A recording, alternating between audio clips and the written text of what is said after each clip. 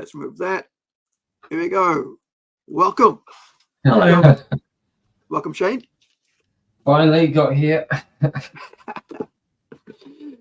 I guess you need to sell a bit more comics to buy a new phone because your phone didn't work, it seems. It's worked every other time. It just decided not today. Not when it's about me. Right, so we're here talking about Shane's Chronicles of Wasteland, and I want to get Rico to do the quick Q&A, if that's okay, Rico. Oh, is that number 2? Yep. Right, let me see if I can fix this in a way that works better. Give me one sec. So that one.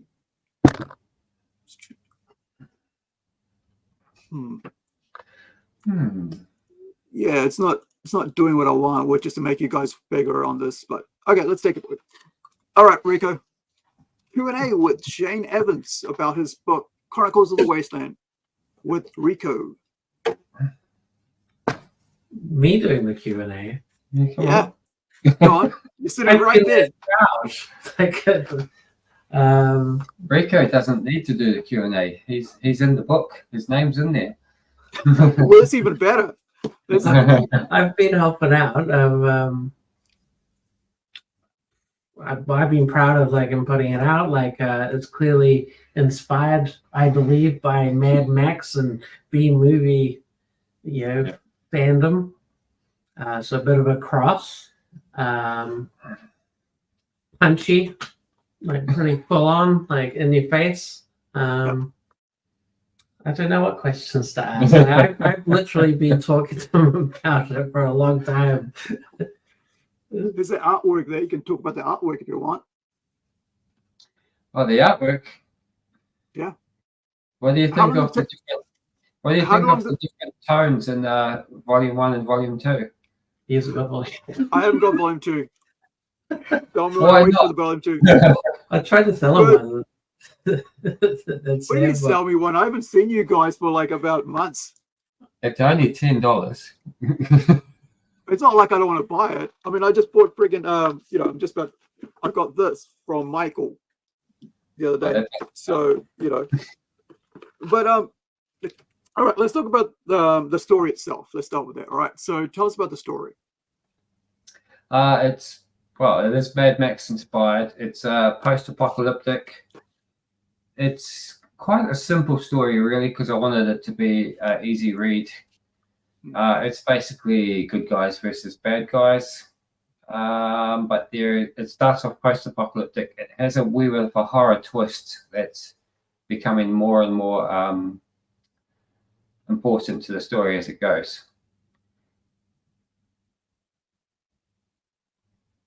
I don't want to give away too much, so a little bit of sci-fi. touch of sci-fi, yeah. Right, so here's something. Roxilium, I'm not sure who that is, but welcome. I'd be interested to hear what Shane's influences are. He has a very unique, recognizable style. That is true.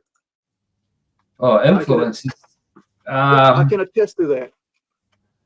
Yeah, influences have to be everything I've read, obviously. So it's like Judge Dredd, Conan's, Punishers. But I also think there's quite a bit of animated TV series coming through. So I think a wee bit of the Batman Adventures and He-Man is showing up in the artwork. Because kind of all the artwork that I like. So yeah, it's getting in there. Oh, so I mentioned before the Trinity, right? The Blade Trinity. There we go. We do have it. But so it's talking about your art style. We've talked about this a while back.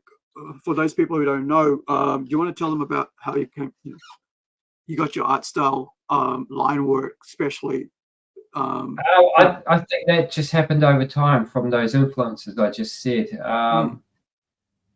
When I was in my 18s, I was always trying to draw everything really realistically and trying to make everything look fantastic. And I kind of worked out that a lot of the times it's actually more efficient and better and clearer if you actually lose a lot of the. There's a lot of people that add a lot of detail that you don't need. So I kind of simplified it. I'm trying to get to the state where it's easy to read, easy to spot. And yeah, like I said, a lot of the animation stuff is coming through in my style. Yeah. Just what was like? What got you wanted to write about a dystopian sort of like, you know, Wasteland kind of storyline? Basically, there was a guy on YouTube who said if you're going to write a comic, it's a big process. It takes a long time. It can take years and years. So he said you've got to make sure it's about something you like. And he goes, so if you're stuck, what you do is you go back and you look at movies, books, TV series, and you just work out things that you've always liked and you've never gotten sick of. Right. And I grew up on Mad Max and those type of B-grade movies. So I thought I'd stick to something in that lane. I thought I'd try that out. And that was the note I made. And then I thought I actually liked the idea, so I'm going to go ahead with it. I was looking at, like, at the back, you've got some extras and stuff, you know. And I was wondering about, like, you know, you were talking about, like, the character. You went from the character being like, you know, like this guy here, and then you ended up like with that guy there. Well, you know, what made you decide to, you know, totally switch? Because it is quite drastic change from, you know, someone who looks like they're in their 20s to someone who looks like they're in their 30s or 40s. If you look at him without the hat and the hair, it's actually basically the same face. Right. So all I did really was try a few different versions, and I wanted something that was a wee bit. See, I kind of found the smiley face hat that I sometimes change to a frown face. If you look through the books, sometimes it's smiling, sometimes it's a frown. Yeah. I kind of just wanted to add something that was a wee bit different, and a lot of post-apocalyptic movies and books, they always have these crazy costumes with spikes and pads and all that sort of stuff, which I do think is quite cool. But I also think you'd basically be picking up whatever scraps and whatever clothes are lying around. So I think, you know, to me, he found the hat that he liked and he just kept it. So it's a very simple thing. I just thought, I'm not going to make him a big metal gladiator helmet or anything. Yeah. I'm going to have him so he's a kind of a normal guy. He's wearing kind of normal clothes compared to a lot of the other characters, but you know, it's still stuff that he just found. So. I was like thinking, because I'm a hat guy, right? As you know, so I was thinking like I would love to do the hat with the as a character cosplay type thing because it looks so cool. But kind of I'm trying to figure out like, well, could you like are you gonna keep it simple like that, just like, you know, like a smiley face or a frown, whatever, but something to make it uniquely yours, like it's the character's design rather than something you just picked up? Even if you picked it up, would it be something like unique style to it? You know, like you're wearing a Nirvana shirt, right? So is it got the face on there, or is it? No, it doesn't. Right. But see, I used to have that Nirvana shirt. It was my favorite one. So I think that might have been in my head too. But no, I kind of like the having a smiley face, frowny face while you're in a post-apocalyptic world. I just thought that was a wee bit of a smart-ass thing to put on your hat. It's funny, I never noticed that. Before I get to Rexillian's, there's a question Rexillian's got, but before I get to that, I was just wondering, like, I wonder if you could like have one of those, you know, those 3D, those lenticular images where it can become a, you know, you could have like the smiley face turns to frown, the way you look at it. Because that'd be a really cool thing.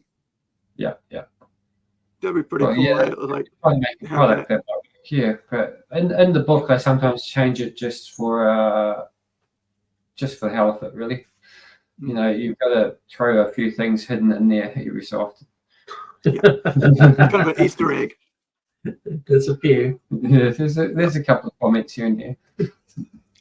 All right, so I'll get to this, and then I'll go back to the book again. But story writing. So Rexillian. I'd be interested to hear what the self-publishing experience has been like too. Print versus digital, etc. As a novice, I have no clue about getting things in print. How does that work? Shane? Okay, for me it worked quite easily because I did all the artwork and kind of got it ready to scale, and I contacted Jason Lenny, who has printed a lot of New Zealand comics. Yeah. But basically, I asked him for his advice, anything that he knew and stuff, and in the end, I actually ended up going through his company and getting it printed. So it was actually quite painless. You know, I sent him the artwork. I asked his advice. He said most of it was all to scale. It all fit perfectly. Talked about color versus black and white, but the cost was too much for color. Luckily, I grew up on Conan and Judge Dredd and stuff where a lot of the artwork was black and white anyway, so I didn't mind. You know, plus manga is huge at the moment, and virtually no color manga. So it's not. I don't think color has to sell a comic. And for the self-publishing side, color is a huge cost increase. Yeah. Black and white's much more affordable. What was the jump to color? It's like double.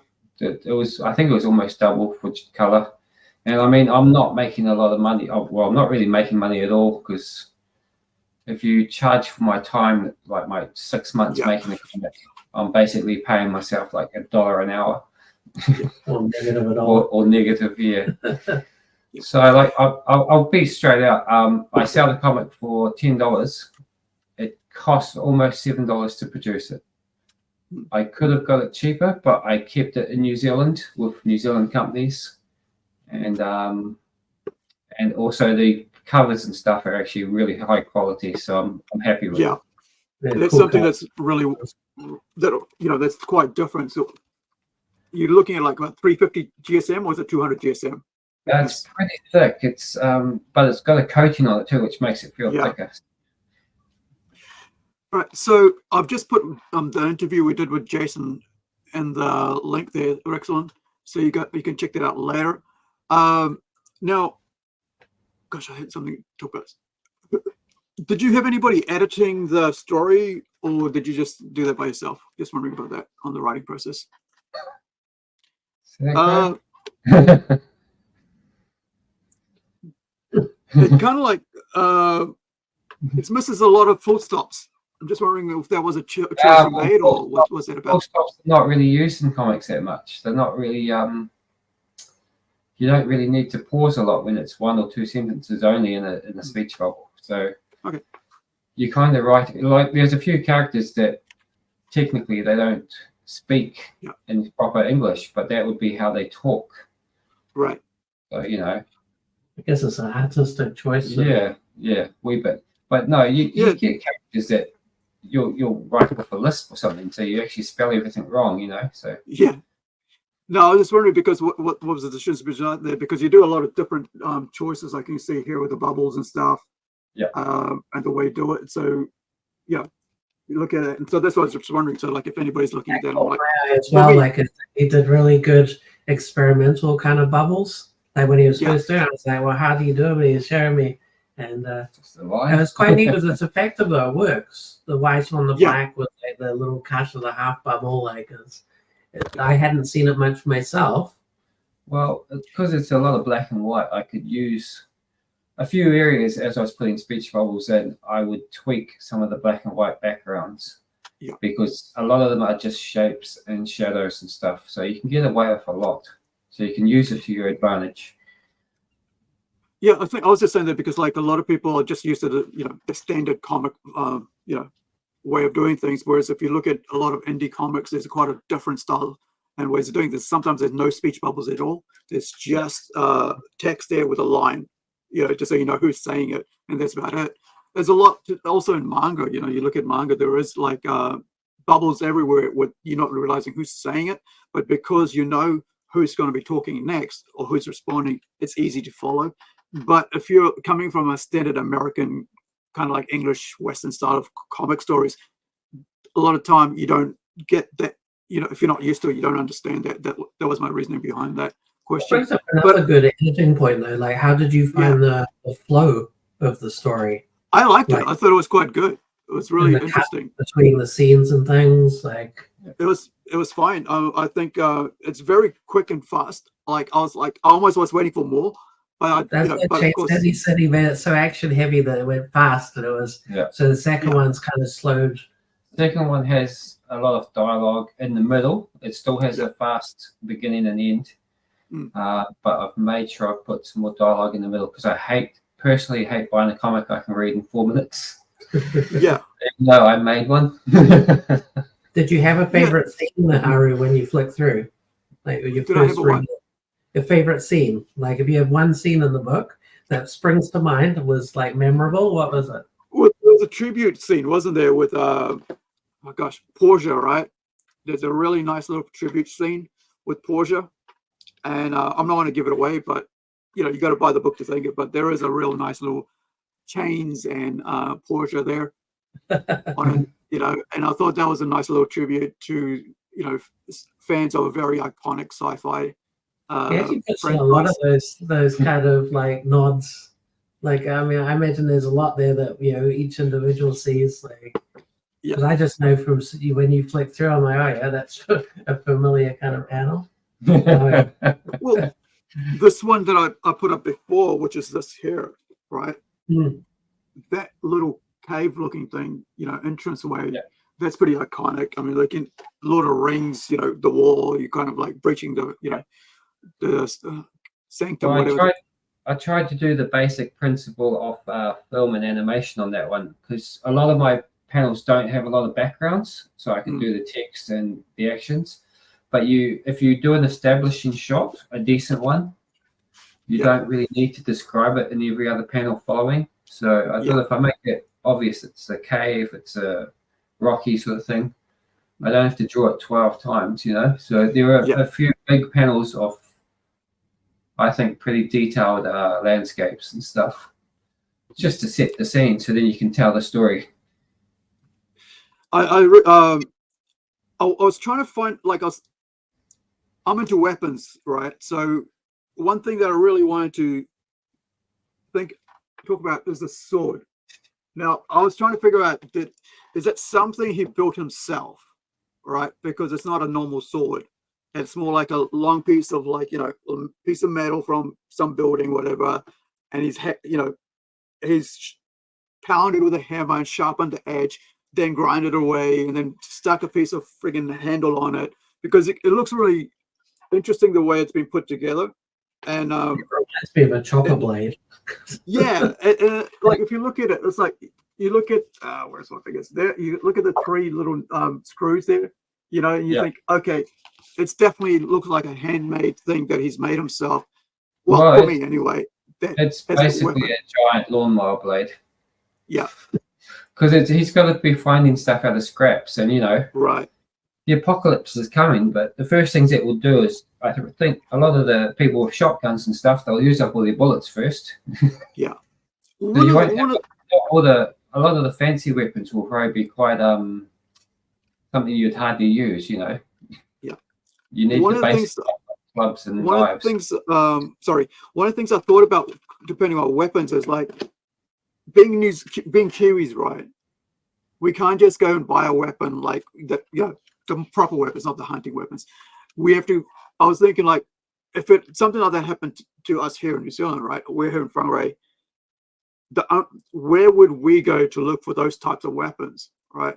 Have you thought about like that sort of idea? Like, where? It's surprised some people have a whole arsenal that. I've got several farmers in my family, and they've got a shitload of shotguns. Yeah. If there was a zombie outbreak, I think I'd go to their place first. I think some people have a lot of ammo and a lot of. Yeah. I've actually got a real life crossbow, because of that, so that I could actually have a weapon. You're ready. As Daryl. Yeah, I'm ready, man. Yeah, garden tools are excellent, right? If you got a garden, right? But if you haven't, you got to like be really. You got to get into your cupboard and grab all the big knives and stuff like that. And, you got to be very, I think, are we really that prepared as normal people for something like that? in a Probably not. dystopian society. Get a good padlock. I think you'd start making some pretty creative weapons. Yeah. There'd be a lot of 2x4s with nails in them. I think I got nails and hammers and stuff, and I think that's what we'll probably end up needing a lot of, is like saws, nails, and hammers. All those weapons would be terrible as you'd start hitting them and they wouldn't die for ages. You'd be like, oh, finish me off. And you'd be like, oh, but I feel sick. And it'd be traumatic, I think, some of those ones. Yeah. Maybe a hammer. I think Rico's going to die first. Claw hammer. Yeah, how to survive a zombie apocalypse. Stay away from Rico. I think this. I mean, like, hold on, let me just say. I think these are good ones, like, because you got to smash people's like zombies' heads, right? So this on the skull would be really good. But I guess it'd be a test thing. It would be like a crucible. Either you can do it or you can't. You get there and you're like, I'm just going to smash them on there. You're like, oh, wait a minute. And you just go, and stab you and you'd be dead. Yeah, I'd prefer a shotgun so I could do it from range, but I don't have one. So you'll be disconnected from the feeling of killing someone. So, in your, you know, you don't want to give a lot of the story away, but in your, in this world, right, in the Wasteland. Yeah. What types of people are there? What type of creatures are there? You know, what's to come? Well, it's mostly just survivors. There are a few, like one of the main bad guy is kind of a mutant. There are a few people that look like they've been hit by toxic waste or just mutated a wee bit. Like I said, there's a horror element that, well, it comes pretty obvious near the end of the first issue. It's more obvious in the second one. Yeah. So there are some sort of horror creatures in there, and there is actually going to be a few more.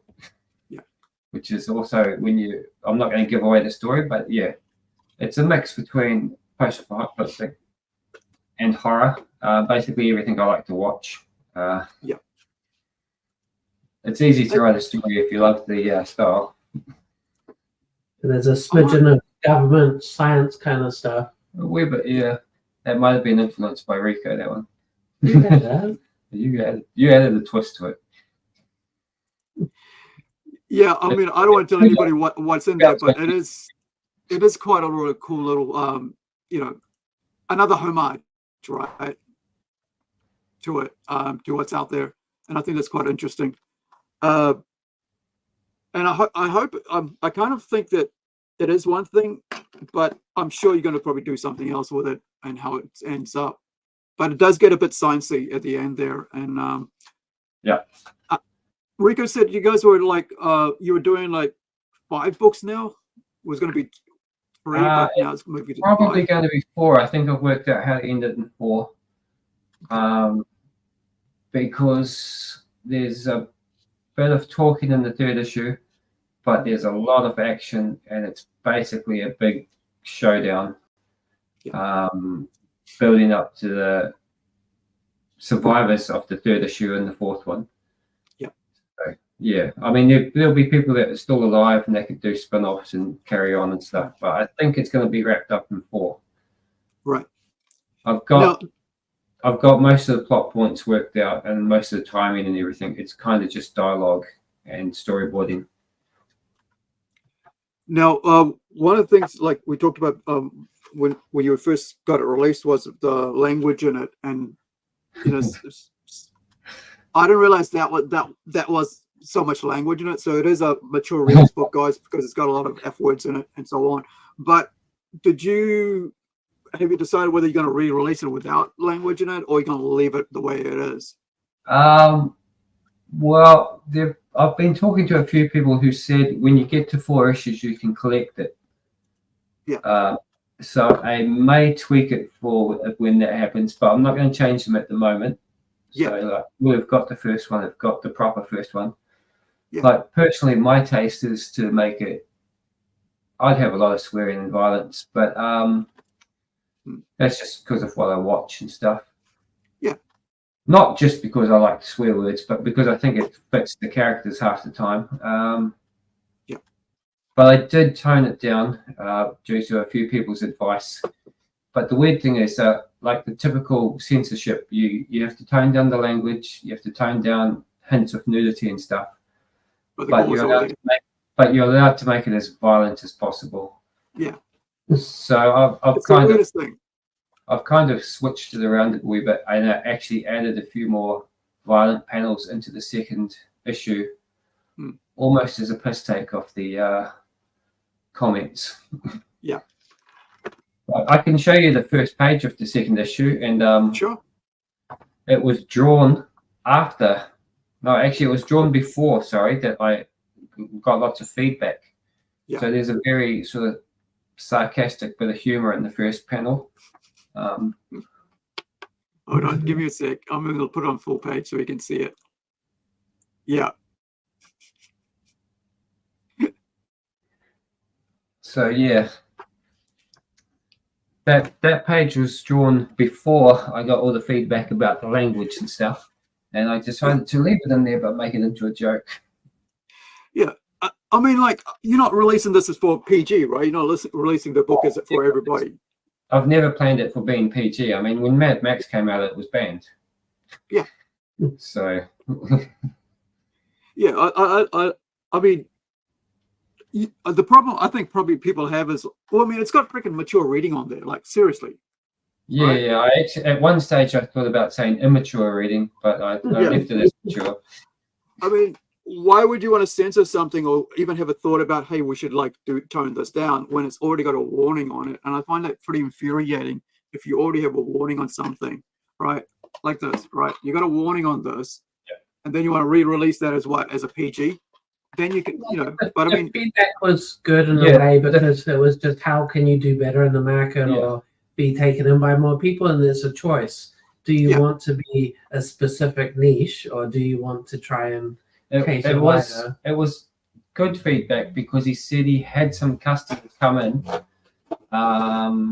Like he said, there was a couple of females that got put off a wee bit because they thought the female characters weren't important, that they were just, you know, like a pin-up, that sort of stuff. Right. They were just used for that sort of stuff, you know, because in the first issue, one's in chains and the other one's half naked.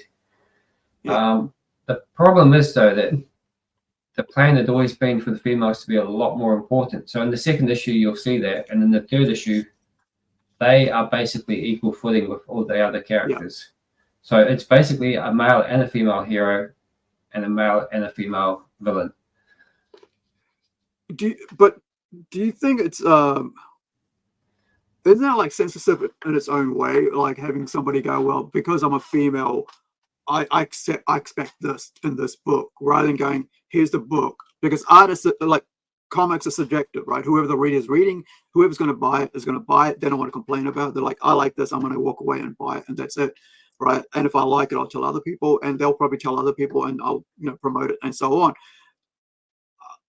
I feel like it's getting to a point where everybody wants to nitpick every freaking thing that's out there. Yes, right? Like putting something out there, though, and like looking to try and solicit some feedback for someone who's putting out something the first time at this kind of level is helpful. You know, like from a retail perspective, sure, I'm happy to retail this, but what do people think?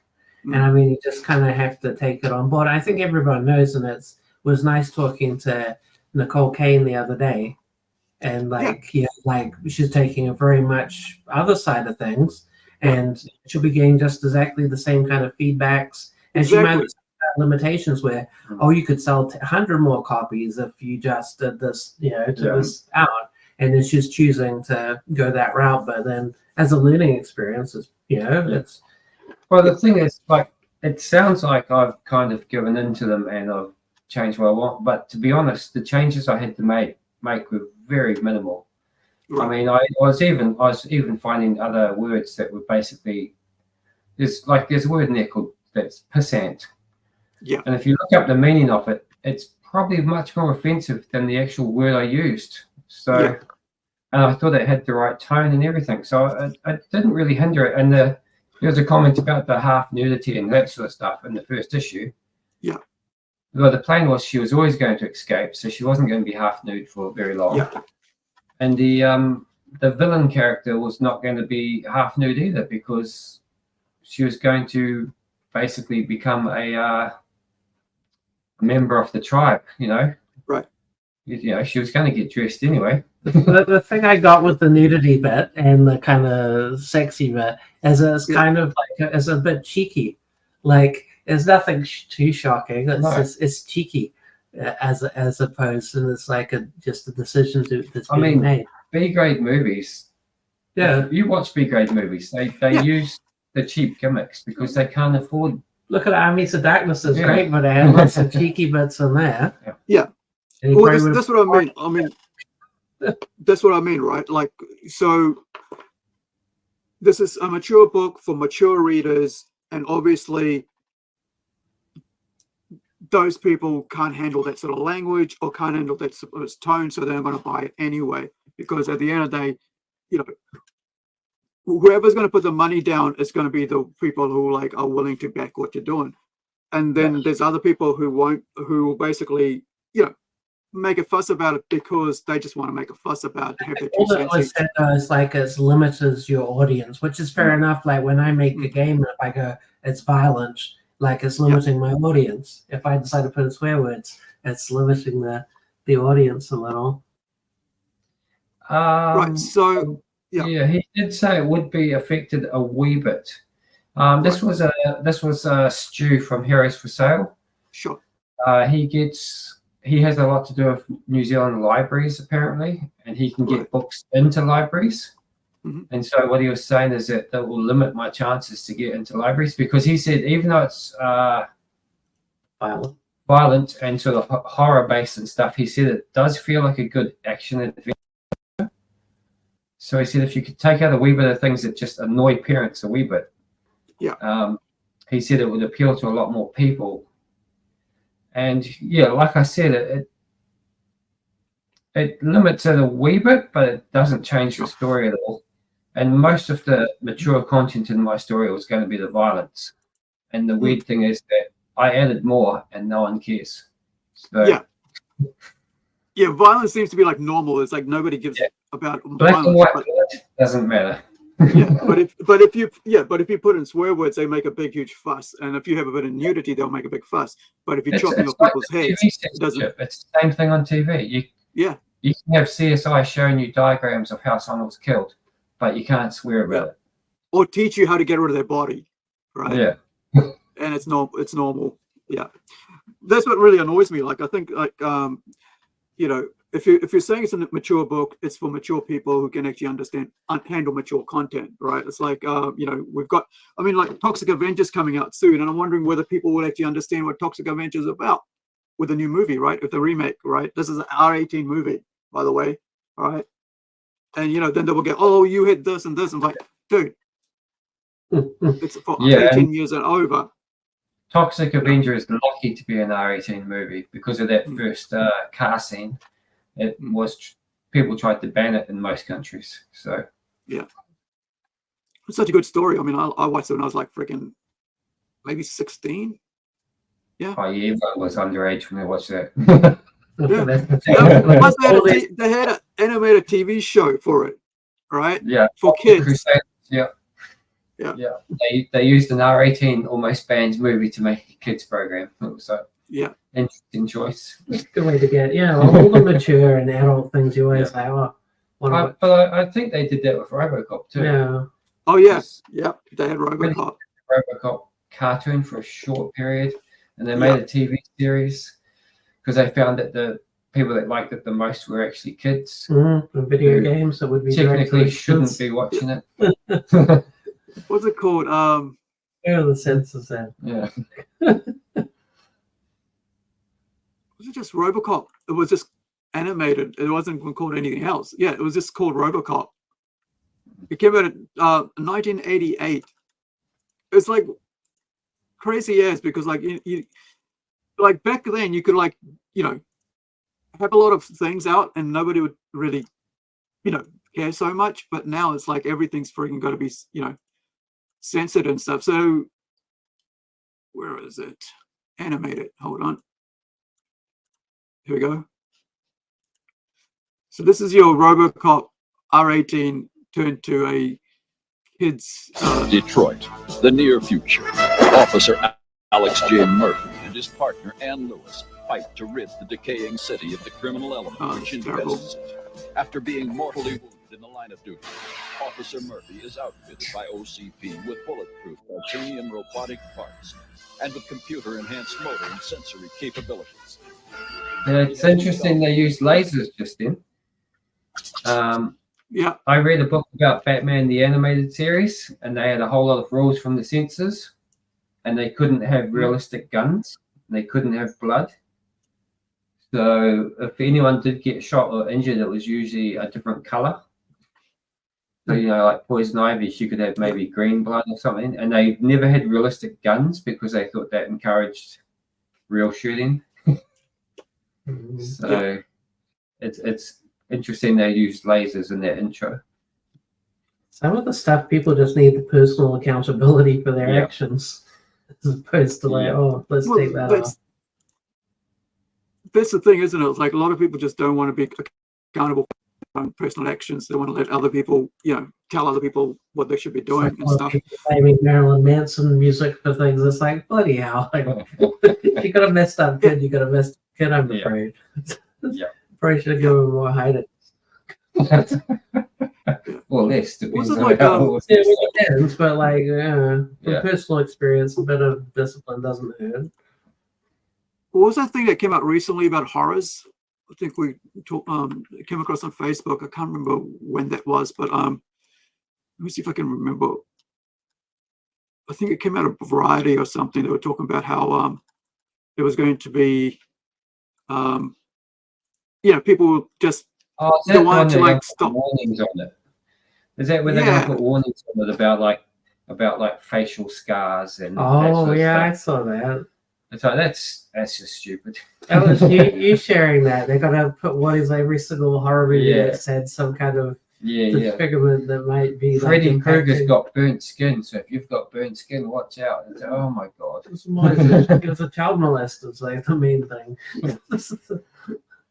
Yeah, it was really a weird thing to see come up. It's like, well, are you gonna like, you know, are you gonna like put a note of every little list of every, you know, like 10 things that are wrong that's in this that you don't want in case people get triggered by it?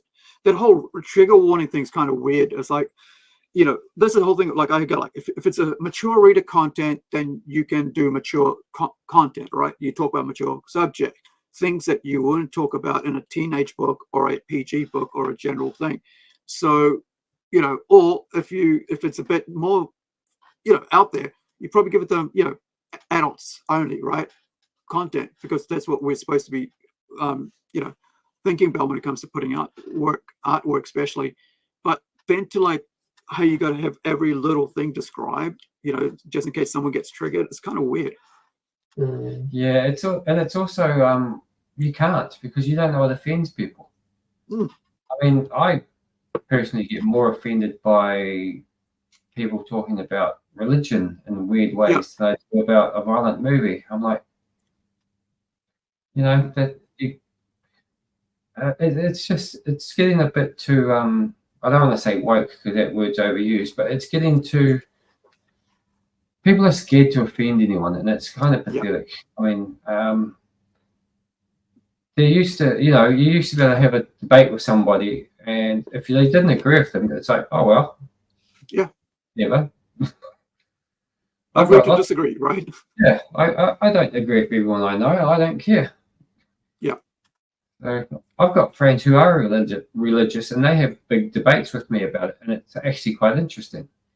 I don't get offended by it, and they don't get offended either, because otherwise they wouldn't come back to me, because you know, they know my viewpoint. Just try and crush you down. Yeah. To finish you off. Join the cult.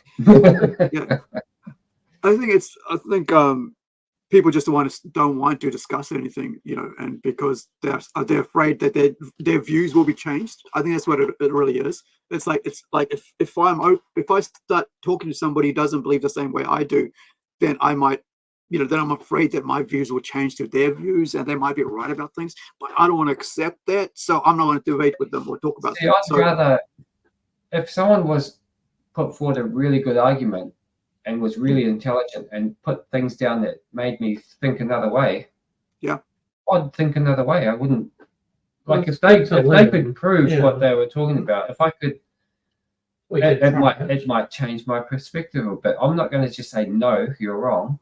Yeah. So that's just a weird part of society now, where people, because of the internet, you can always find someone that agrees with you. Yeah. So, like, you can have 99% of scientists saying that this is right, and then the other 1% say this is right. And if you're like guy that wants to hear the 1%, those are all the people you're going to cite. Those are all the people that are going to be your research. It's like, was it like it's like comedy, right? Like, you go into a comedy thing, there's going to be things said that's going to offend you, and that's why you go to it anyway, because you want to be offended in the first place, because you want to hear something different, you want to laugh at things that you didn't think about. But now it's like, I'm going to go out there with a notebook, make sure that he doesn't, or she doesn't say the things that is on my list. Yeah, I think that's why when the people talk about censoring art and book and stuff like that, I get a bit annoyed when I go, well, it's pencils and paper. It's not like real people being done this to. It's escapism. It's something that's fantasy. It's not there that people will get, oh, this is what, let's go see that happen. Let's go try that out. One thing that gets me is a lot of people have found success, and their whole career is built off the stuff that's wrong now. And they're success heroes of industry. But I mean, it does give the space for the rebel, like if it does take over, there'll always be people that just go against it. And, it's kind of good to take that side of the fight if you choose to. Yeah, it's kind of like the whole, I'm reminded of this song. I'm not going to, don't tell me what to do or whatever. I'm not going to do what you tell me, and then 20 years later. The machine. You're missing two key words on that one. But I think that's part of the rebelliousness in us as youth. I think that a lot of times over age people lose that, whereas if you I think at the moment the average society has lost that, because you can actually tell just by looking at music. Yeah. Like if you go back to 91, way back to 91, and you look what was in the charts, you had things like Dr. Dre, Eminem, also Nirvana, Guns N' Roses. You had Rage Against the Machine. You had so many different styles of people, and they all were making it into the charts. Yeah. You even had Michael Jackson still around, and he was still charting. So mixed with grunge and punk and everything. And metal. And they all had different opinions, and they all had different attitudes. And a lot of people liked everything. I mean, I had Cypress Hill next to my Nirvana. Yeah. I had some Cake and mellow stuff next to bloody death metal, But you look at the music now, it's all auto-tuned. I listen to some songs, I'm like, is this Ed Sheeran or is this Justin Bieber? I don't know. Yeah. Well, lost their guts there too. Like the only ones that are saying anything controversial are usually people with terrible songs about wet ass pussies. Well, talking about that, right? So now they're putting out 16-year-olds doing stuff like that. Mm. And you kind of think like there's some chick named Spice or something, and there's some Asian chick as well. There's two 16-year-old females, right, from two different countries, are being paraded in almost like their underwear or whatever. And I've been thinking about this last couple of days, because you've got these teenagers, right? And then you've got these record execs out there putting, this is the music that you should be listening to. This is how, this is the new thing. It's kind of feels like they're trying to Isn't that where the censorship should be? Yeah. It's exactly weird. Right. Exactly. If you did that in the movie, if you were like, hey, this is a 16-year-old actress, I'm going to have it sexualized, it'd be a huge backlash. But if it's a 16-year-old rapper in their underwear, Yeah. It's okay. And that comes from the actually comes from the a hip hop channel called Hip Hop Uncensored, and they were talking about it. They were saying how offended they were to be able to take their kids to a concert and have this 16-year-old with like almost wearing a mini skirt and keep having to pull it down so she could, the undies don't show on stage in front of everybody, and this is what they're marketing to the new gen. And it's like it's kind of weird because like you kind of think like what were the kids in our age? In our time, right, back in the 80s or 90s, as 16-year-olds. That's always been. There's always been a Madonna and stuff. Remember, she did that whole book. But she was adult, right? Not a Adult. 16-year-old girl. What about Tattoo? What about Britney Tattoo? as a schoolgirl? Yeah, That it's was weird, wrong. right? Like, Bro, well, It was messed up. agree except for to schoolboys. disagree. yeah, but I mean, like Pretty even, but it's all right. Yeah, for us at the time, not for the 40-year-olds that were listening. exactly. See, that's the difference, As long as right? they were listening. Yeah. Mute. No, it's always been around. It's always been sex sales and that sort of stuff. What are we but talking about? Let's get a yeah. video on. We've got to entertain these people. It's weird because there's so much things about cancelling people and blah blah blah, and yet you look at what's popular in the movies and programs, and the voting public, the people who are paying and choosing, are going against everything that people are trying to promote. That's true. Like Bill Burr's latest movie, it got all these terrible reviews. Everyone said it was puerile and trash and straight to number one. What was the other thing? Like Victoria's Secrets, right? Talking about clothing and stuff. They've changed their sales have dropped so much they're going back to the old stuff. Yeah, sexy woman, whereas like beautiful looking woman compared to what they had the last 5 years or 10 years because it wasn't selling. They were going to go bankrupt. They lost billions of dollars, man. Yeah, well, I mean, that's that saying again, isn't it? That we're not saying, but I mean, I think the best thing to do is like just keep creating and moving forward. Though I mean, I think a lot of people don't like it much, or just happy to be outside of that bubble. Yeah, I just don't understand it when certain movie companies that begin with D keep making films that keep underperforming and then keep promoting the same ideas and stuff. It's like, I thought you were in business. That's it. I mean, are you here to make money? Part 20 and still make money, and you try and do that and you lose. It's like, learn from your mistakes. Yeah, we need so many timeless classics. And it's like, but yeah, I guess it's just that new age. So letting things change too fast, I suppose.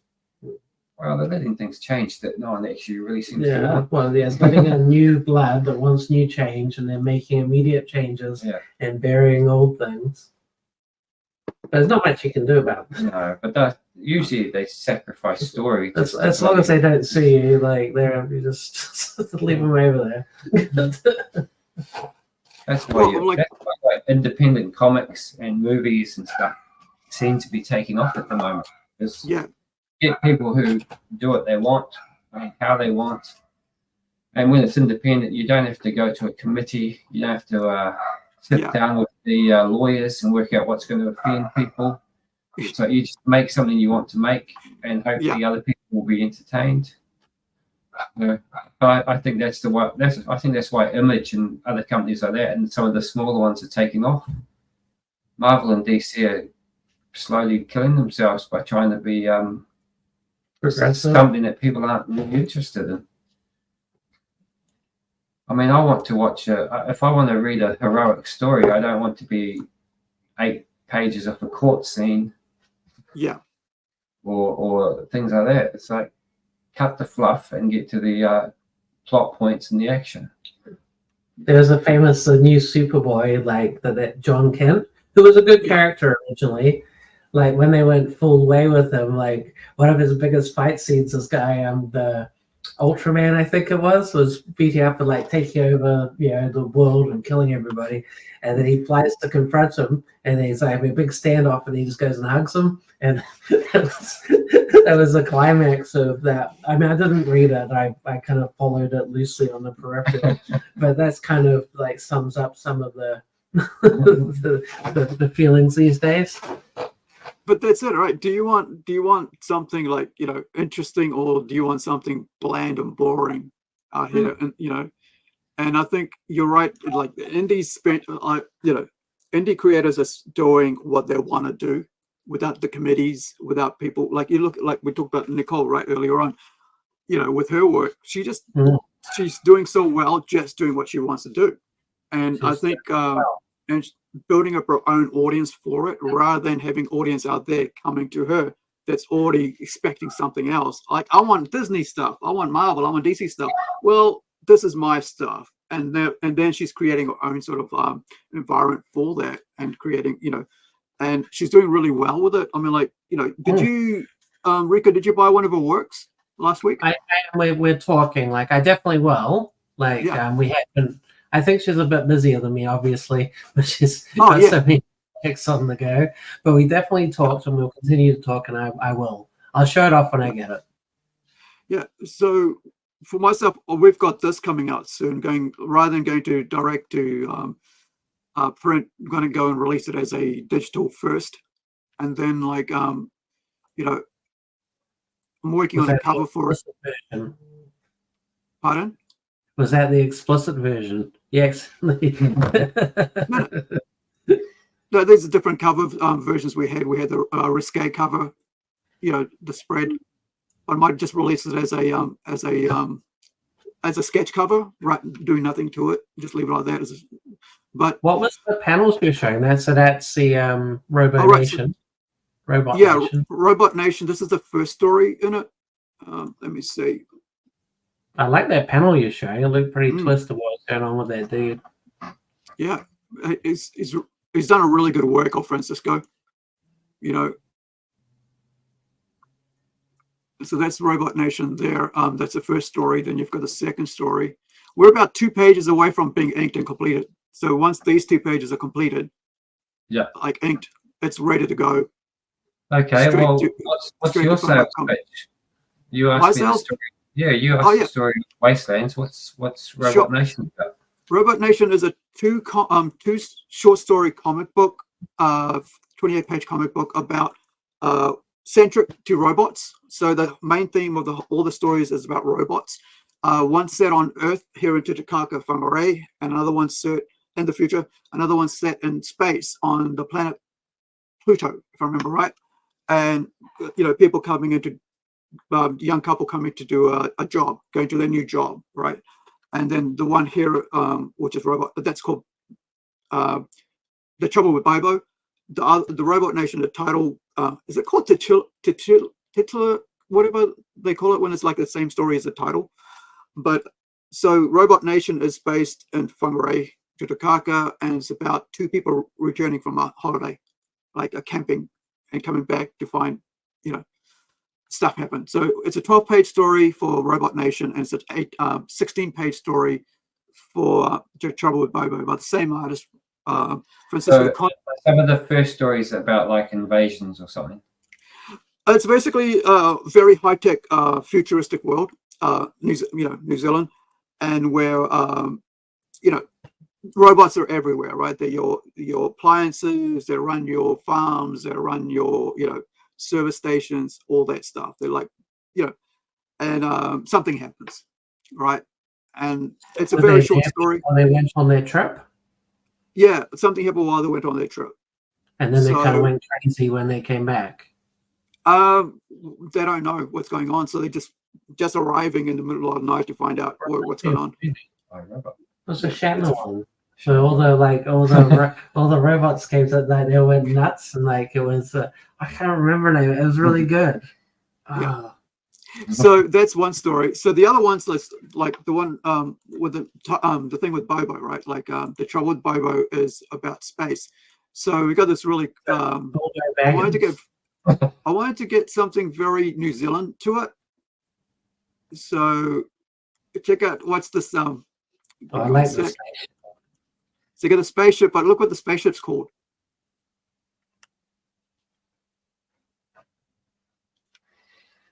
The Edmund Hillary. So yeah, so that's your opening scene for that one.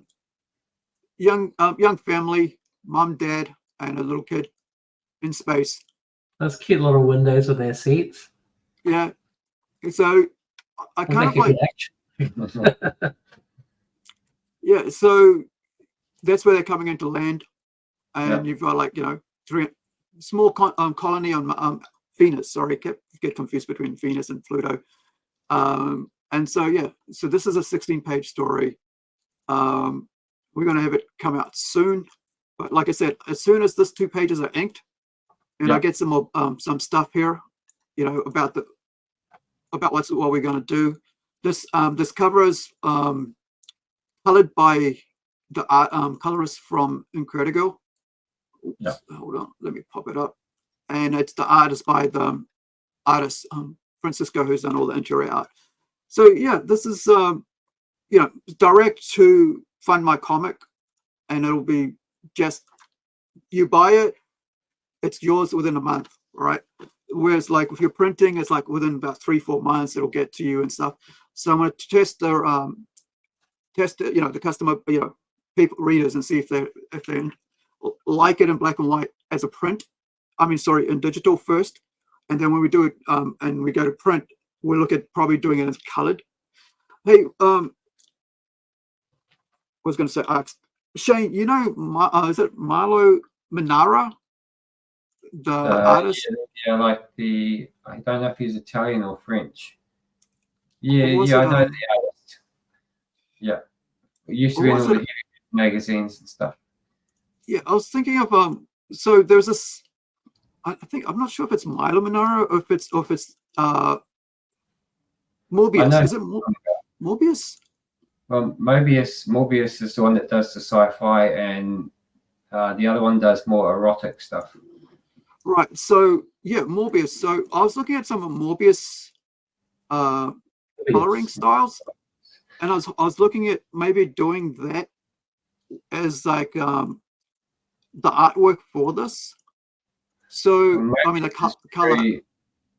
Mobius's sci-fi stuff is very deadline. It's very one line weight and very clean. It's a very specific style. Yeah. Like I mean, unless you're intentionally homaging it. Yeah.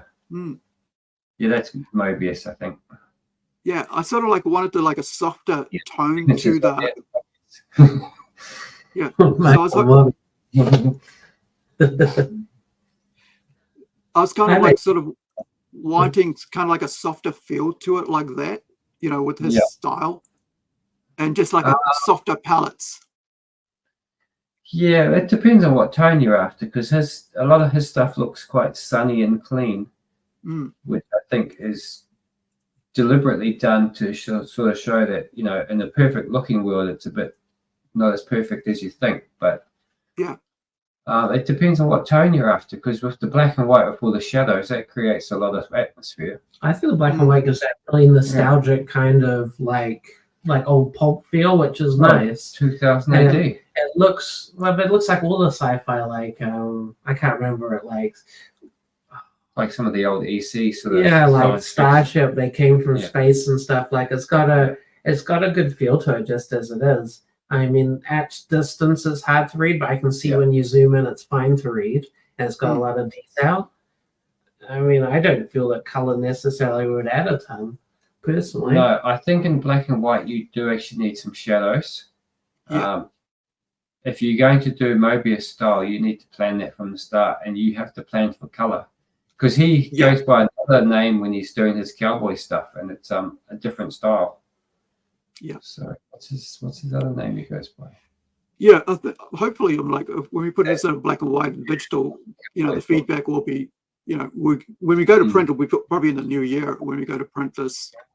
But it's a 36-page comic book with 28 pages of actual art and story. Yeah. So, there's definitely a lot packed in there. Can you do an excerpt of like a few panels? You do your reading when we go in. Give us the start of a story to get us sure. up.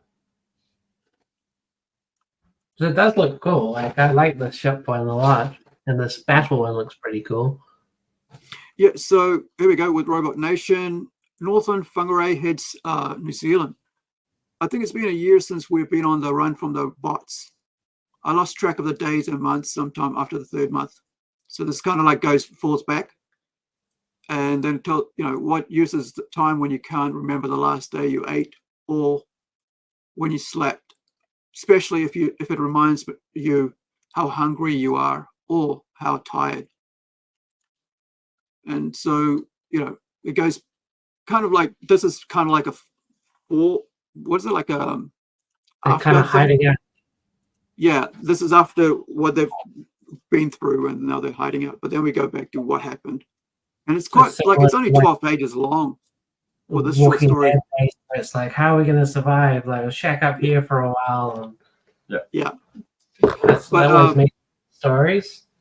So it's kind of like a survival kind of story. But the thing with this is that, like, what I wanted for this story anthology series is that every little story I tell can be, put into a bigger story later on, like a bigger comic book series, like say a full issue or 3 issue.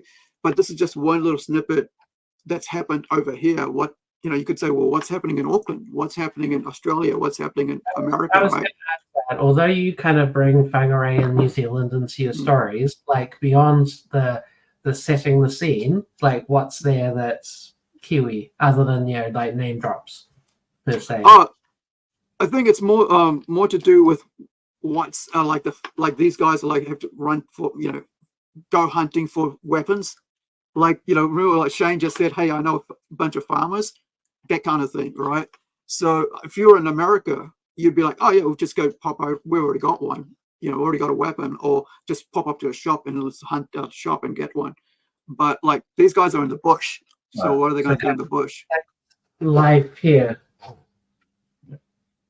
Yeah. So where's the one with the trouble with Bobo? That's more about like in space, right? In the future where everything is there, you've got everything on hand. And these guys, the parents are going to a new job. They're very technical, to a new colony on Venus, and that's a 16-page story. And what happens? Why aren't they responding to their calls, right? So it's kind of like they have to land. They're running out of fuel, that sort of situation. So they must land, otherwise. For a title name. Pardon? Is Bobo a popular name in the future? No, it's just the title of the story. The Trouble with Bobo. Like, who is Bobo? Yeah, who is Bobo? Exactly. What's that song? Like, who named a kid Bruce anyway? Like, yeah, they call me Bruce, or they call me. Well, they call me. No, I think I'd rather Bruce over Bobo. Yeah, so I think I like the whole idea that like you can just do whatever you can now and like get it out there and somebody's. Sorry. Is Bobo actually a character in the story, or is it just a premise? Bobo. It's a character. Bobo's a character. How it's just such it's a bold name, like the only way I can picture you make it work is like they called me Bobo when I was a kid. I'm actually Bruce. Like, something like that, because like it's out their name, Yeah. It's kind of like a short story in a bigger form of things. Like I'm kind of thinking like, can you expand on this world, right? Like each one of these little stories, can you make it bigger? And can is somebody if I don't do it, but if there's somebody else who wants to expand on the stories, because I was like the whole idea with Robot Nation, the story itself. I always thought like it'd be really cool to make that into like that whole thing which you're talking about Walking Dead, right? What happened in New York? What happened over there? What happened, elsewhere?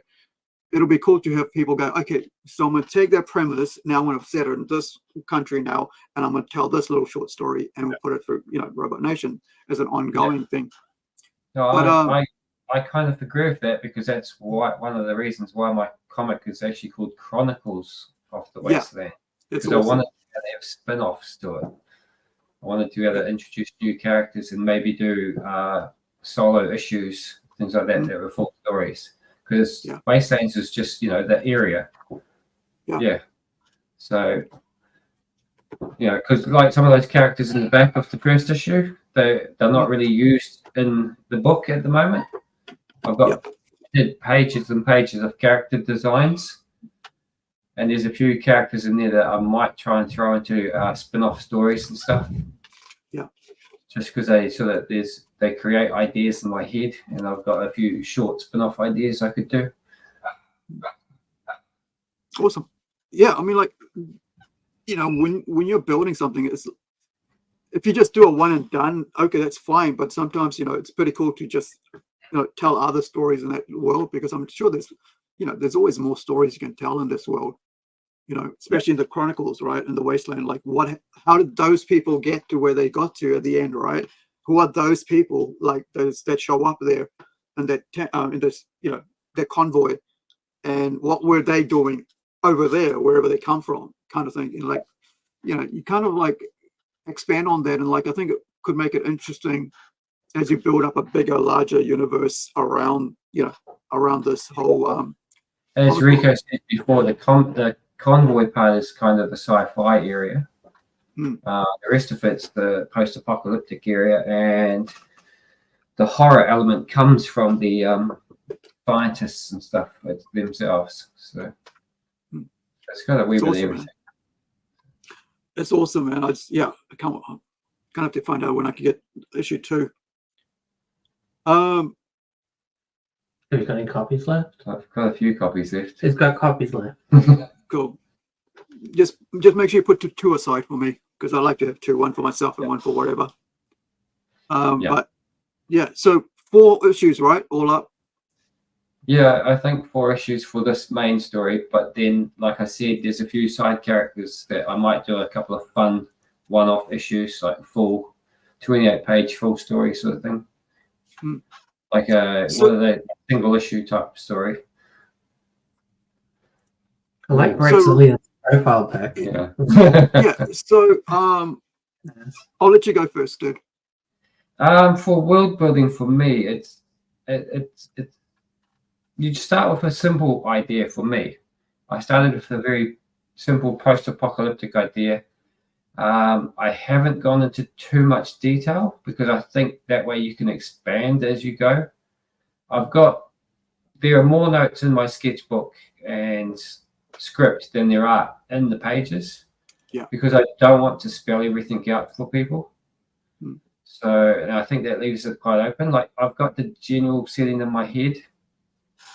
So I think it's quite easy to build on that because I've got some basic rules in place. I've got some basic sort of characters, and you can just spin off from that quite easily.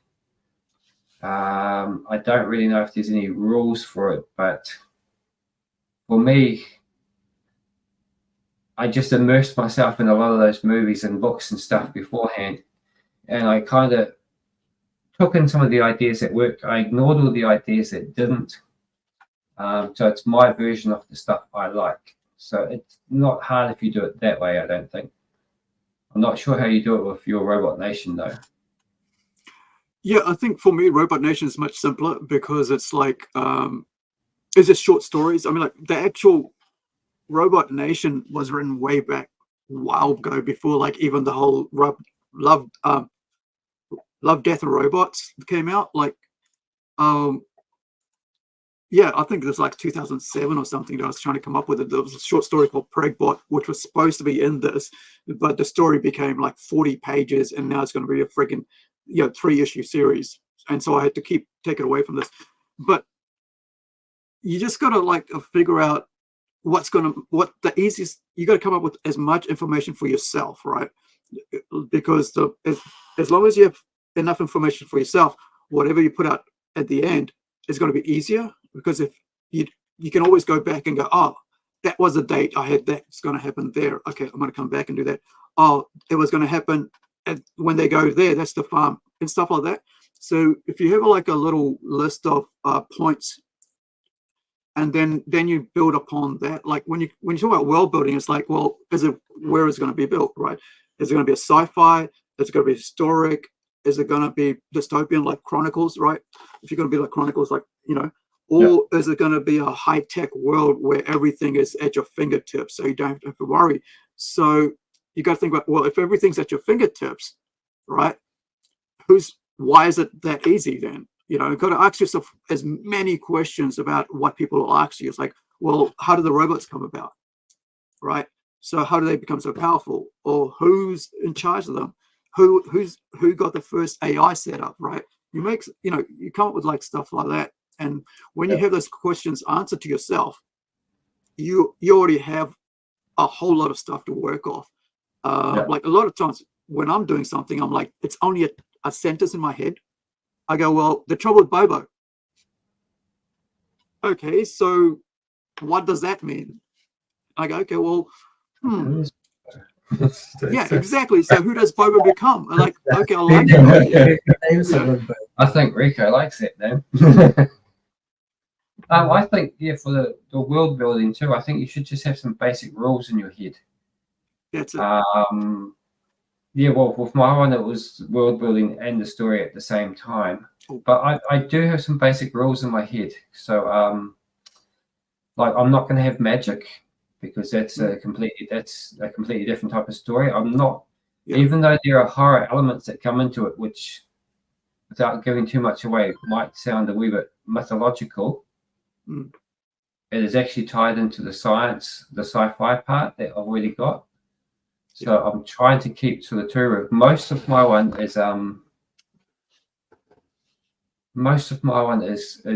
post-apocalyptic, dirty, rundown world. But I've got an idea that there is like a utopia at one end of it to the other. That these are where the scientists are going, but generally the whole world is turned to shit. Not a lot of plant life, not a lot of water and stuff, So there's a lot of scavenging and just basic stuff like that. I think you definitely get surplus ideas to you get a lot of surplus ideas. That's why I said I might do some spin-offs and stuff. So I think first of all you need the story first. Setting just helps with the story. Like if you're going to do a horror and you have it in a cheerful, fun world, it's quite difficult. Although if it was your cup of tea, you could probably do it. Someone could do it. But do you think you need a whole story? Like, guys, like I don't necessarily think so. Like what Shane was describing is like exploring the wasteland through a basic context. Oh, I see this cool scene of this car and there's these wrecked cars and these hoodlums shooting at each other and stuff and like hunting, and then where do they go next? And the robot world, what does it look like? And then thinking it through and going, but you're not showing it all. It's like, well, that particular bit's interesting. Let's expand on it. Because like I'm writing something at the moment, it's like all like I've got scenes and like TV shows and stuff, they only have so many settings they go to. And yet there's a whole world there, but like they only care about the diner, the petrol station, the Rob's department store and stuff, like so it's kind of the tone and the atmosphere they create keeps it consistent. A lot of people say do what you know. And like if you read lots of sci-fi, if you watch lots of Mad Max, if that's your passion and horror, then that's what we all know a bit of life. And I think that's probably gives you, like if you take a brave setting like a futuristic where everything's perfect, you have the imagination to imagine how everything perfect would look. Because otherwise like it's gonna be hard to write. And it'll be your version of perfect. But that's fine. So, that's what people want to see. So recently, last month or so, a movie came out called Apocalypse Clown. I'm not sure if you guys seen it, but I'll put up. I will. I'll put up this little trailer, and I'll give you a rundown about this, so you guys get an idea of what this is about, right? So,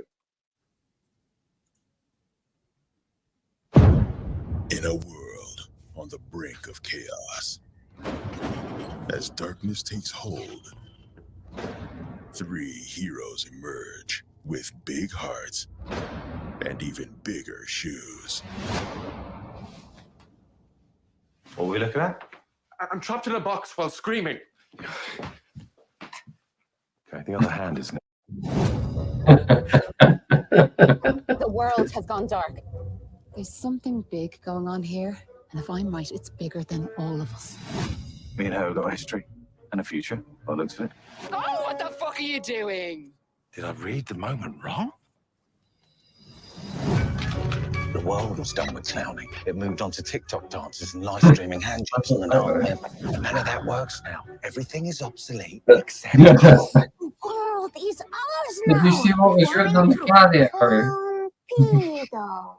You know, like a torpedo of clowns. This is our chance to win back the woman that I love. If I don't make it out of there, tell the world I died with dignity. You want us to lie? Oh, no. I was wearing trousers. Laughter is the only sane response to a meaningless existence. Everyone dreams of dying doing what they love.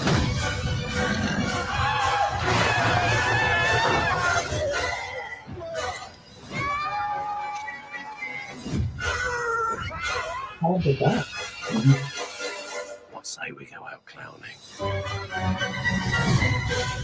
Oh, that looks good. Yeah. Oh, that looks really It good. was pretty good. They packed a lot of good ideas. Yeah. Fun things. So, you know, the world goes to apocalypse, and it's, you know, just seeing like how quickly the world can descend into chaos, right? If something happens. But there was another question here with Rexland. If you guys have notes on the world, how do you go about what to show and what not to show? Sorry, here we go. Usually, surely there is an urge to show all your hard work, but it might be surplus to requirement story-wise. Like, I mean, I think we're in the medium of show and don't tell, right? But also tell, whereas like TV's show and don't tell. But like, so you don't have to really explain too much, because the audience is like, the reader's already is quite smart enough, because we're used to so much out there already, right? And the genres like horror and stuff like that, that 30 Days a Night, that's like vampires. You've got, what else is out here? You've got Priest. That's another one with vampires. So if you're looking at two different things that have the same things, right, as genre, which is vampires, but this is like a utopia type friggin', futuristic thing, whereas this is like set on the same day in Alaska, right? The best way to do a world build is find out what genre you want to do it in first, I think. And then, I think that Apocalypse Clown was kind of a good example. Is it went in big, showing all this apocalypse, and then because it's a comedy and it's around characters, it's focused right down. Like 90% of those scenes, it could have been anywhere, and you didn't see any apocalypse whatsoever. Yeah. Even though probably it has scenes with it, but like it looks like the main focus is the characters, and like there'll be the world there, but it's an afterthought. And so after they've showcased all these big scenes, it really, probably doesn't come up much beyond that, I imagine. Yeah. And I mean, another answer to his question is, I have tons of surplus ideas, but if they don't help the story along, they can wait. They can be put to the side. The main thing is, I think, to have a story that you can follow. Yeah. I mean, I've kept my one quite simple. It's a very good versus evil type story, but I've tried to make it an entertaining version of that. It does have a few twists in it. It's not just a straightforward. A few what? Tits. Twist. Do you want some more tits in it, Rico? I think you got to listen to the people. The fans have been writing to you, man. Like, I could do a 3-booped one, like Total Recall. You kind of have to. You kind of have to. She could be hanging out of the. Well, there are mutants. Yeah, so you can mutate and do anything. You know what? If it's a mutant, it's probably acceptable. I'll just say it's All right. a mutant. That's fine. Wasn't Total Recall used to have like a three things? Did they have it in the new one? Not anymore. They had to cut it out. No, they didn't have it in the new one. No one watched the new Did one. they have it in the new one? It's been a while since I watched it. Well, to be fair, you didn't watch the whole movie just for that, unless you were 15. Well, it stood out at that time, didn't it? Like, I mean, back in the 90s, you're like, What's a big part of its promotion was that, like, I remember when that guy got sucked out the window or whatever, that was, iconic kind of horror scene. You're welcome, dude. Yeah, it's just fun. When you're writing, just write the story, dialogue, come up with whatever you're doing, and then the setting is kind of like an afterthought, because like, but it also, if having a genre really helps you. So if I knew that Robot Nation was about robots, then it becomes all about technical stuff, right? Then it becomes all sci-fi. But if I'm doing like like the Wasteland, right, as Shane's done, it's all going to kind of be like a bit like Judge Dredd, right, with the whole when he did the Deadlands. Was it Deadlands or something that he goes into? When he's what does he outside go of the city, yeah. I think it's when he's up. Yeah. So when he goes off into the into like the mutant world, so he's it's a I was so tempted to have a mutant in there with a dial on his head. I really wanted to throw in some Judge Dredd references in the background. More issues. But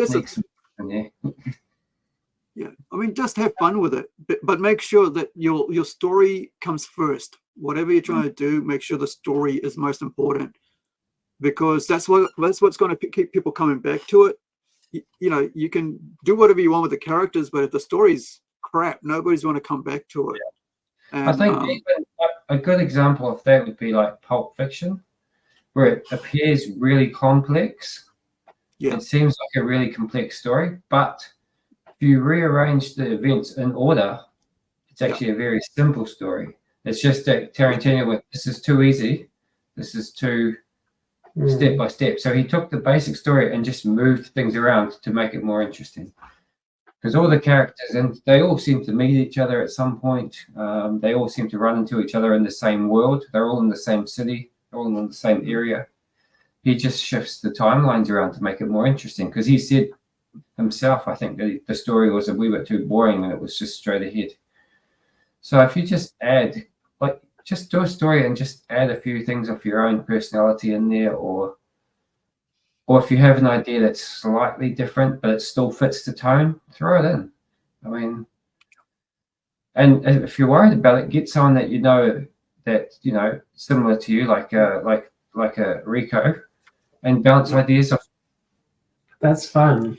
I'm not actually creating like these two, but I do enjoy it. Rexilium, if you want to talk about it, more than happy to. Oh, we'll bounce ideas with anyone. So. And if you're local, come along and hang out with us in the library and make zines. Yeah, let's talk about the zine, right? Since you pulled that up. So let's tell us about what that's about and how they come about and all that. Rico, take your 10 minutes. Go for it.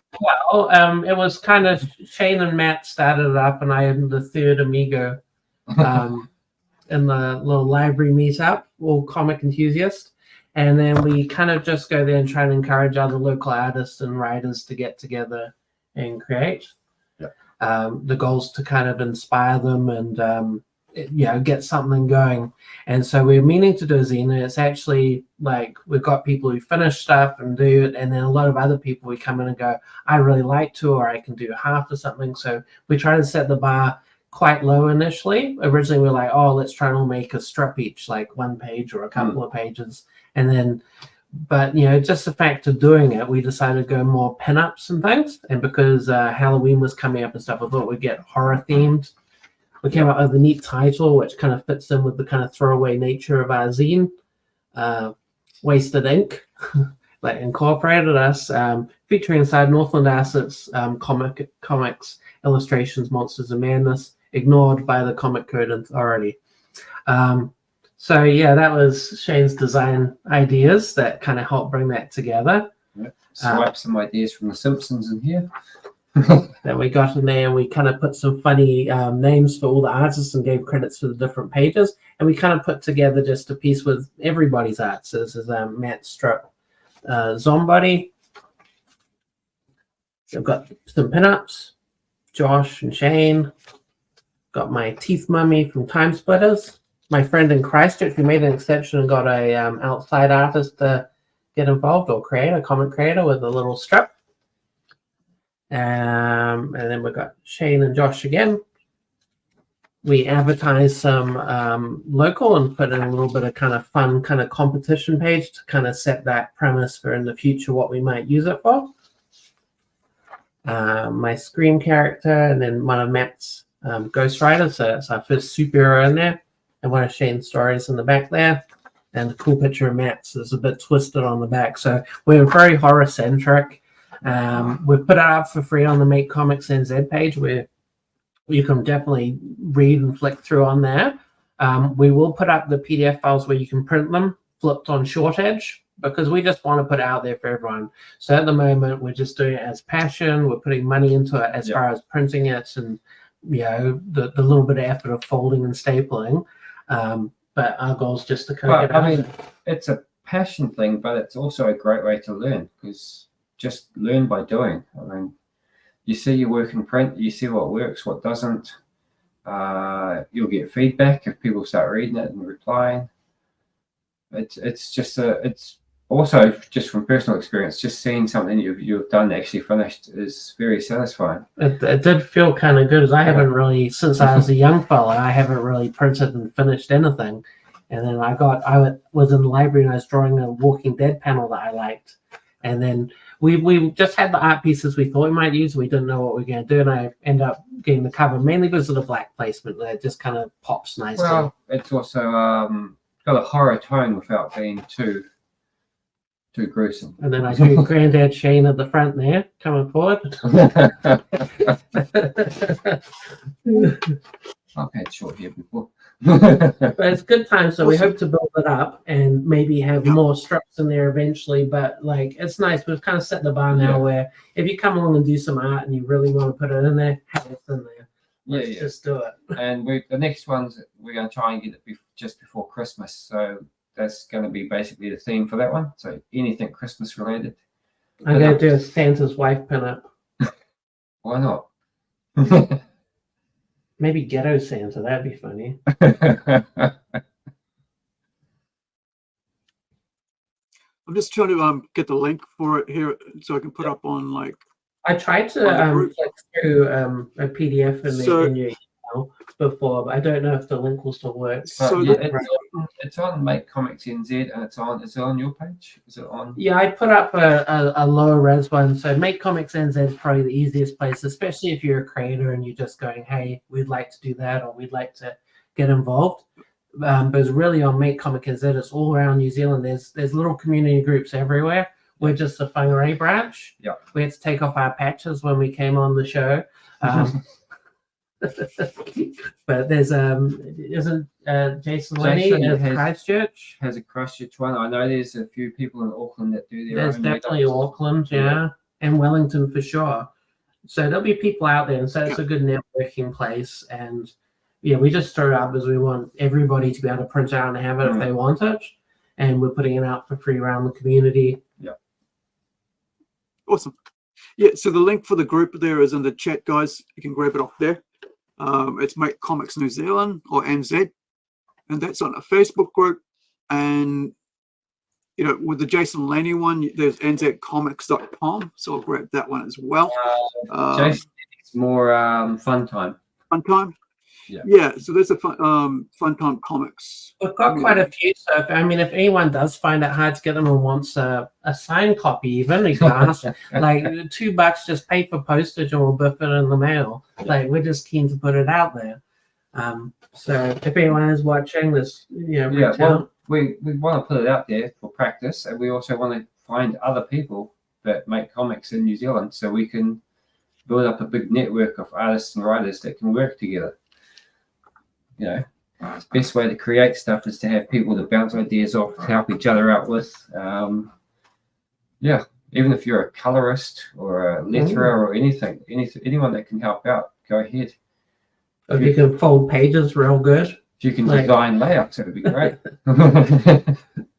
So there is another group called Drawfest if you're around New Zealand, and they do the zines and There's stuff. a lot of Drawfest is just sketching and life drawing in general, not comics related.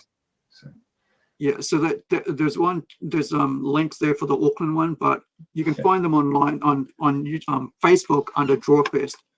And so So I think in this day and age, there's so much out there if you just look and put yourself out there. It's a bit scary. And so we're trying to drop that bar down. Like in the library, get so many kids and parents going, oh, my daughter would love it. And then they bring over their 15-year-old and they sit. And yeah, we're just trying to make it super accessible, you know? Yeah. We just want people to do it. We want to build up a little community of creators, basically.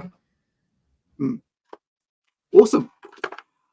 All right, I think that covers us. Bit of a lag on the on your end there, Rico. Not sure what's going on, but well, thank you guys for joining us. Hey, thank you, Shane, for actually popping over to Rico's to sort that out. Not sure what happened to your phone, but we'll see.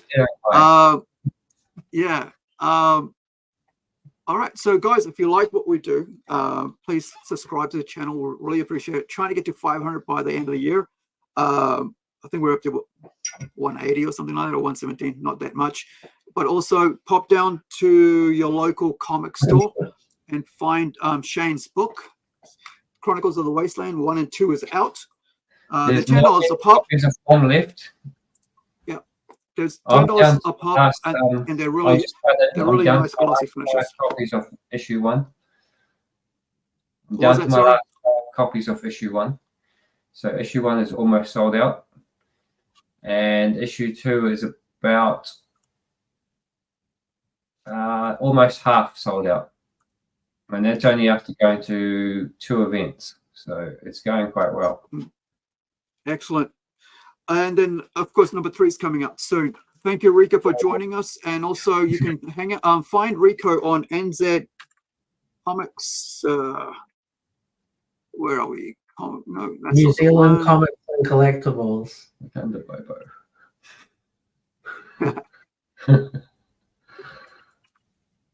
But you can find me on Make Comics New Zealand. I hang out there too. Yeah, there you go. You can just find them on the, there's a link there. SEARLE, and you'll find me.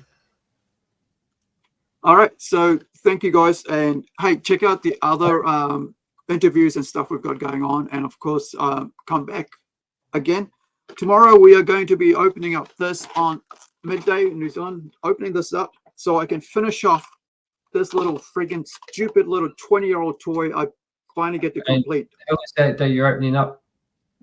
This. What? Yeah. Iron Man, Tony Stark, and Gold Armor. An old Iron. The Gold Armor variant. And who you No, it's build a it? silver one. It just looks. Is it Gold Armor? Yeah, it's actually a Gold Armor variant. I've got a silver armor there. Hold on, yeah. Gold one's worth 10 times more. You don't want to open that. Yeah, but I don't care because like this thing annoyed me so much. So it is a gold variant. I didn't even realize. But it cost me an arm and a leg for this stupid thing. Also, I can finish off this little bit here at the back, right? Only because of that. You should have And, messaged. Look at that. You should have messaged Hammer, and there's a Marvel Legends collectors group. They're always trading Build-A-Figure pieces. Oh, okay. Well, I don't know. So can I just say thanks to what's his name again? Rexillion. Rexillion, yeah. Well, good questions, man. Yeah. And if Cheers, you dude. have questions anymore, feel free to ask us on Make Comics NZ or any of those places. Ka kite, everybody. Be well, be safe wherever you are. Thank you, gentlemen. We'll see you soon. See you, man.